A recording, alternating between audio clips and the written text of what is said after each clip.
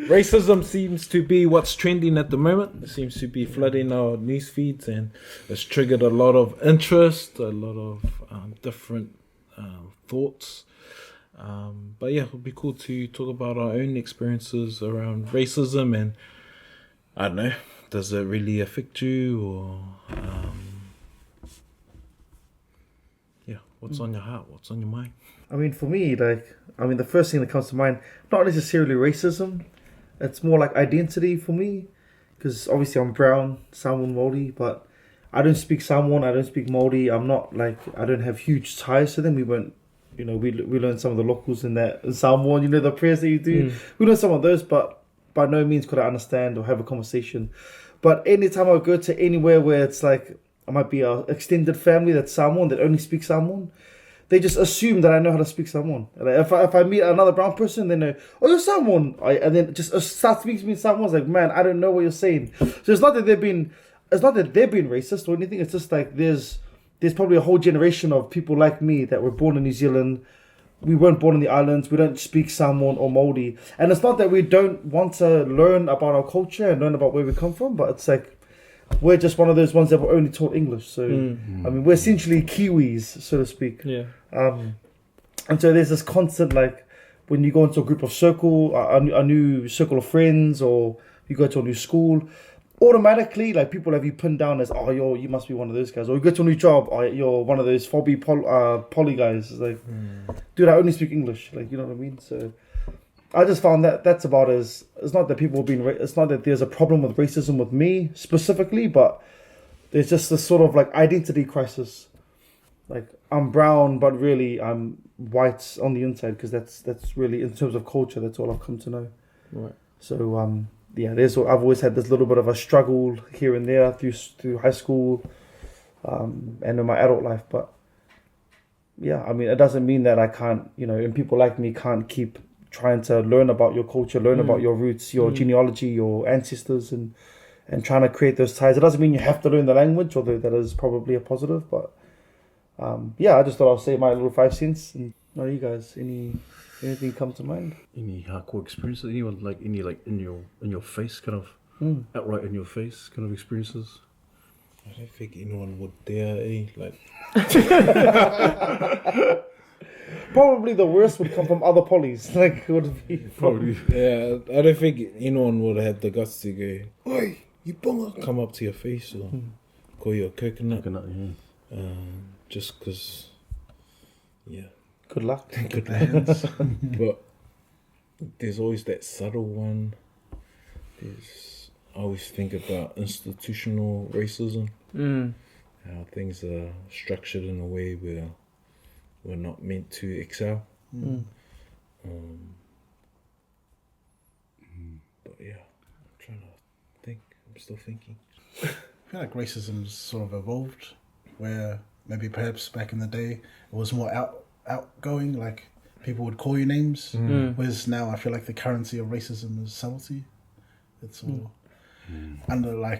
undercover type stuff, where it makes it hard to identify sometimes. Like, for myself, I think there's been lots of little things that have happened, but because of the way I am, and I still don't really understand why, but I always just put it down to, like, I must have done something, like, and so it's been hard for me to differentiate.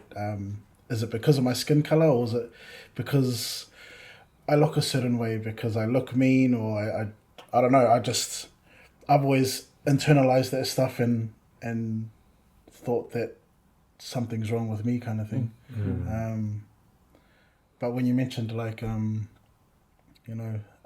institutionalized racism, the other thing that came to mind was just academia. Like, as a student now, I'm fortunate that, like, some of our lecturers are Pacific, and it makes me feel like this is partly our space. But I also know that because we're studying out in Manukau, that doesn't necessarily get represented in all the other campuses around the country. And so I know that's one of my personal drives, is to reshape the space so it becomes our own space, so that people of colour can feel like their values and their cultural values and the things they did that aren't recognised by the education system now will be recognized one day as something of value. Yeah, I don't really know how else to put it, but that's all what comes to mind. Are there about as many what do you call it, Islander or Pacific Island lecturers and stuff as there are white people, or No, definitely it's not. definitely still Definitely more, even at Manukau it's still there's still there's like there's not as many, but the ones that are there are, they're all family oriented. If they understand that, like, we have our commitments to our faith, our commitments to our family. But even just in my my training to be a teacher, like being on practicum with a very skilled, very experienced teacher, but just from a completely different background, doesn't have faith, doesn't have kids or that family background that we pretty value. much all have, and that we value. And so when their standard is not being met for work, their expectations are not being met, they just cannot comprehend why we would let things like family or faith get in the way, or social interaction get in the way. And that's just because that's how our people learn. We learn through interacting with other people, and caring for our family is, I can't imagine not putting that stuff to the side and sacrificing that for the sake of playing my part in this big engine of education. So definitely eye-opening, but it just made me double down on like my family, my faith. Like I'm never going to compromise that stuff for the sake of my dreams. Job, And so I'll reshape my dreams, or reshape the landscape to fit what I feel is relevant to me, because I know I'm not the only one. Like, there's other people that feel the same way. Yeah, that's so true. So it's funny you mentioned academia, Jamin. I think it was last week. Samoan female doctor, does your name? Jemima Tiatia. Saw that. And so she was kind of sharing her thoughts around other female women in the education system and other doctors, I think, so to speak. And so she was saying some of the hardships that she had to face, or that they had to face in the education system. And so, and being a brown Samoan Islander, these are the things that she went through. And then some woman, a Kiwi Balingi woman, 7-minute voicemail. Yeah, voicemail, and said, this is baloney. What's this? And just kind of ripping what Jemima was talking about, or shared. You should listen to it. Yeah. So Jemima Titi, she's up there. She's a doctor. She's amazing. And so you have this woman who comes, this is full of lies, rubbish. You want to push your culture? Yeah, culture. What's all this? Yeah. It was our people that came here to build this country. Yeah. Your people came here. Which is I don't get that. The rant is bad, bro. Yeah, so she was ranting for 7 minutes, and so Jemima was very clever. Jemima could have just called it back up and say, hey, who the F are you? Who the heck are you? No, she goes, you know what I'll do? Let's blast you all over the media. Let's put you on the Herald, and I think calling her. Yeah, she called. That's the subtle racism, me. Or not so subtle racism. Acting like it's just an innocent voicemail. Man got blasted all over. So she, so that woman, she must feel like I don't know. She must feel like a complete idiot, or she just doesn't care. I bet she doesn't see anything wrong with it. And and the saddest thing is, it might be one person, but that's a representation of some people that actually feel and act that way. Yeah. And it's and I think what Jemima did was, let's start calling it up. Let's put you on blast. For too long, we've sort of like let things slide and go, oh shucks, maybe you're right, or we just kept, because of our humble nature, we just we'll just let it slide. But now, we've got people like, nah, we've had enough. It's time. But what Jemima said, I think her last interview, she said, let's start having these conversations because they're important. Like in terms of moving forward, and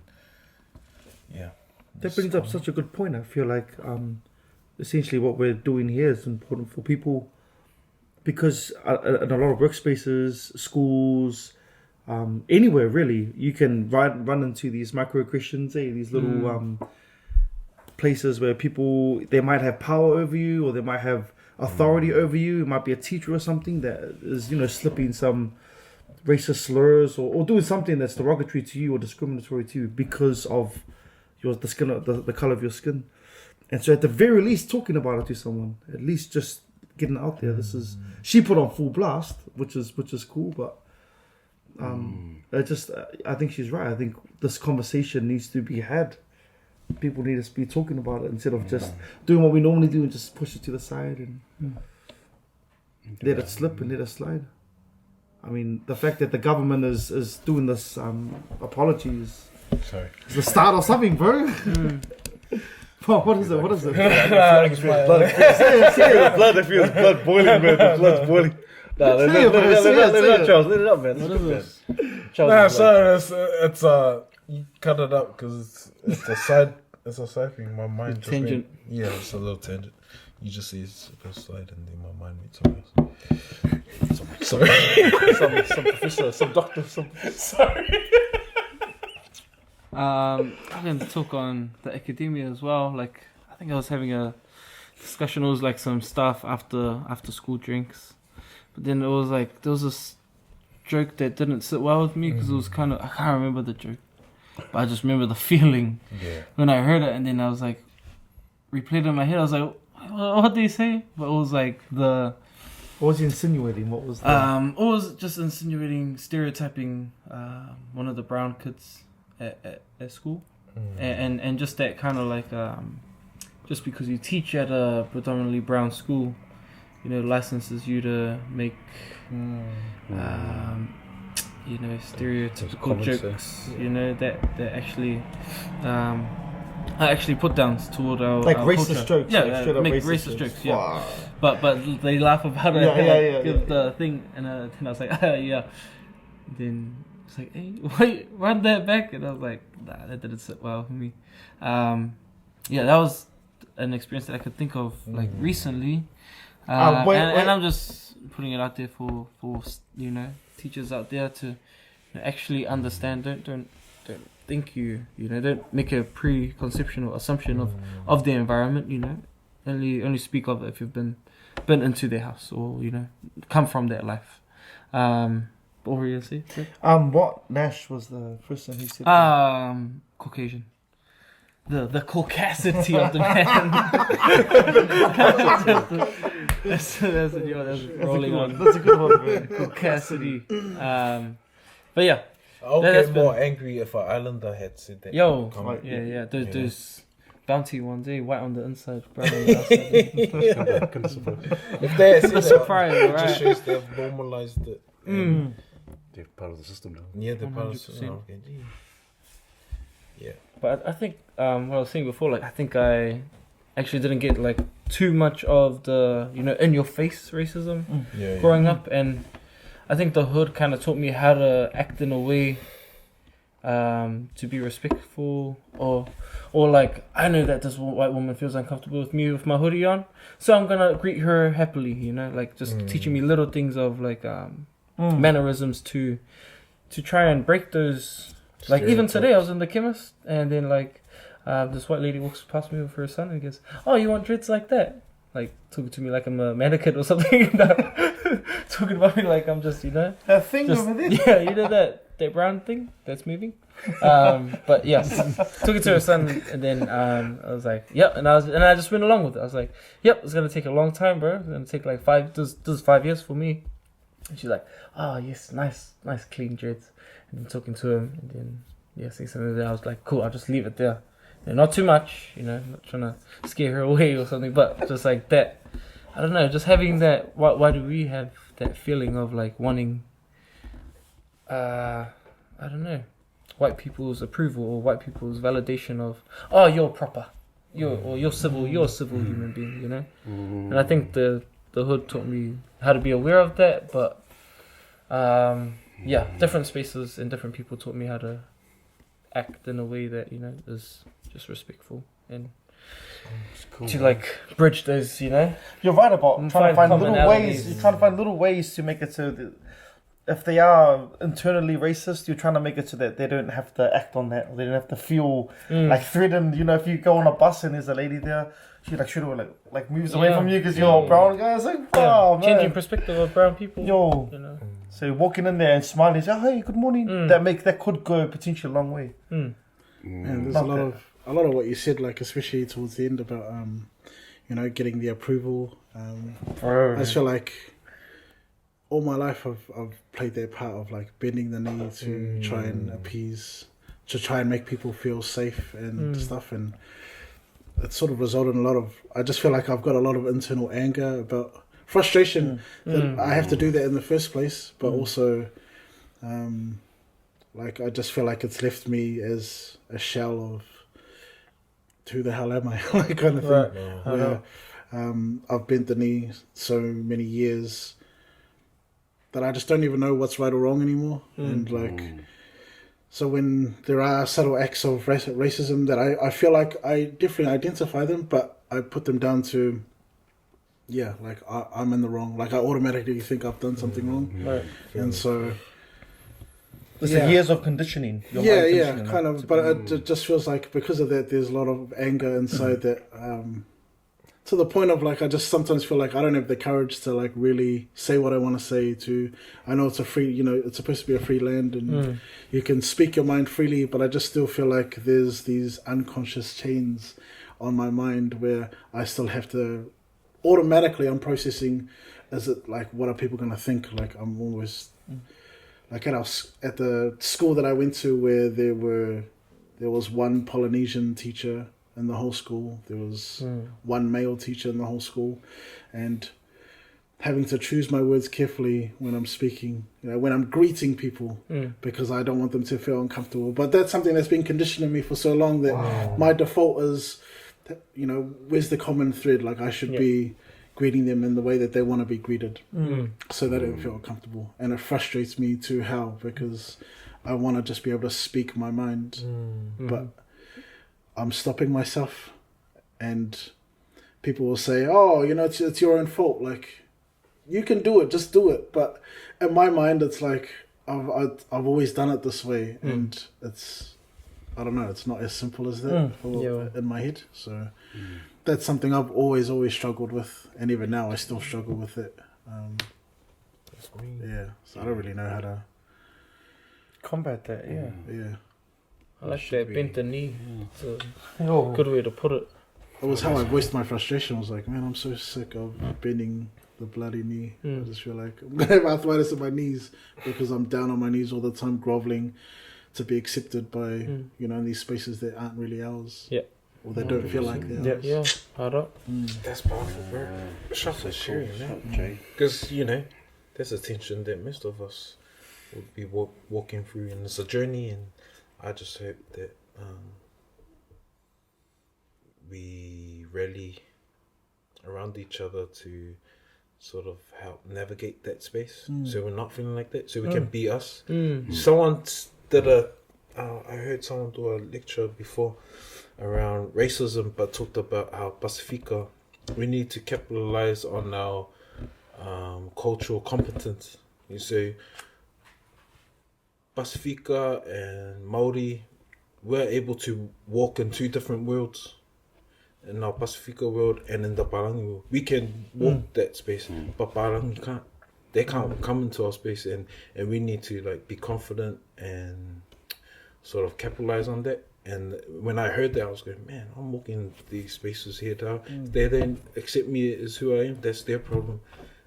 They lose out, and so I put, I'm a part of this. I'm attending this event, or this. I don't want to sort of put it out there, but this event that's predominantly Parangi, and I knew that if I go into the space, because I try to avoid those spaces because I feel uncomfortable, and it's more because I'm more aware now that if I sort of become that taken person, or someone does those subtle things for me, I'm scared how I might react. But I knew that it's important for me in terms of my growth that I need to be in this space. So I went, And I went to this place, it was Flash, and I walked in, and straight away I was like, oh man, I'm the only brown guy. I was like, no. And I purposely, like, just went dressed like me. Like my jeans, my chucks, my black tee, and I walked in, and I was like, okay, I'm gonna intentionally make conversation. And yeah, I was uncomfortable, but man, I made some good connections. There's some really amazing people that were at this thing, and they were really intentional about being for. I was just seeing all people as equal, and that there wasn't like that I wasn't beneath them, I wasn't inferior. Cool. And it was cool, but I had to, like, my new saying for the theme for me the last 2 months was like being comfortable, being uncomfortable. And Cool, and after being at the event and sharing my story and just being me, there were some people were moved, and I realized, man, I need to be in these spaces so I can bring others with me that were the spearheads. Like, sometimes we're going to be in those spaces where we're the only ones, but we need to be sort of like the spearhead, in the arrow. Like, in order for others to follow, we need to be the ones that pierce through, be the first ones that sort of break through for the others to come. And so hearing you say that, and like you're on this journey, and just want to encourage you, Jay. There's a reason why you're in these spaces. There's a reason why you got sent to that place. You might be that thick and brown guy that they always get you to do the karakia for the mea ai Something tribal. Something cultural. Spice it up. Give us some of your culture. But this is true, Jake. One time, true story. They told me, hey, can you do a karakia for us? Sweet as I'll do a karakia. I was like, okay.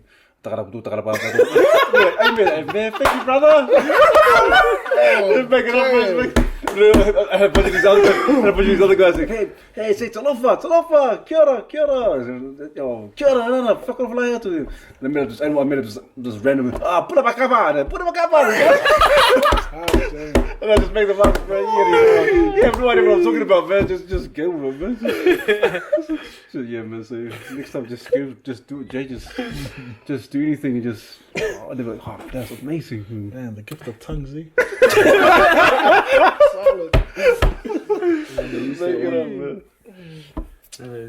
Jay, can you open up for us?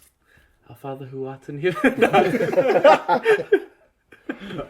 Let's go straight to the English.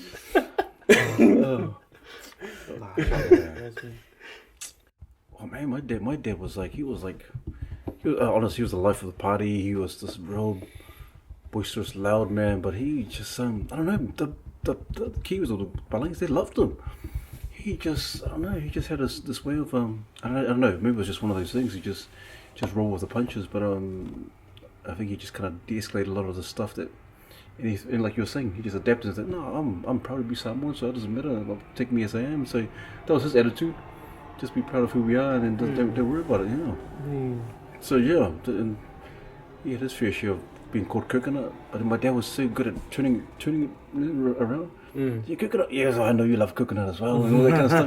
He was just real that kind of guy, He's just real funny, So I don't know, just one of those things. I think that we, as Polynesians, we use humour to turn the tables and make them look silly. The situation. Yo, hold up. I think my parents were part of the group that just came to just work hard and earn money and get a better life for us, position us. But I've heard stories where, some islanders had to come and change their first name and their last name. Wow. So they could fit in. So it would usually be like Betia, but now it's Peter. It is a true story. My name is Charles. Charles. Wow. Used to be Rocky, but my view. That's cool though. Especially what you guys were saying about in your spaces, you feel uncomfortable because it's pretty much dominated by white people or those people in power. And so it's important for us as polys, whatever space we're in, to normalize the fact that we're brown people, we're brown, and we're gonna be thriving and excelling in these different areas, whatever area, youth justice or education or teaching. Just keep pushing the envelope. Be proud of who you are. Thank you, family, for tuning in. Thank you for sacrificing some of your time to hear some insights from Mandate. If you want to watch the full episode, click the link below or above or on the sides. I'm not too sure where it is. It's attached somewhere. But thank you. Refine, unlock, take charge.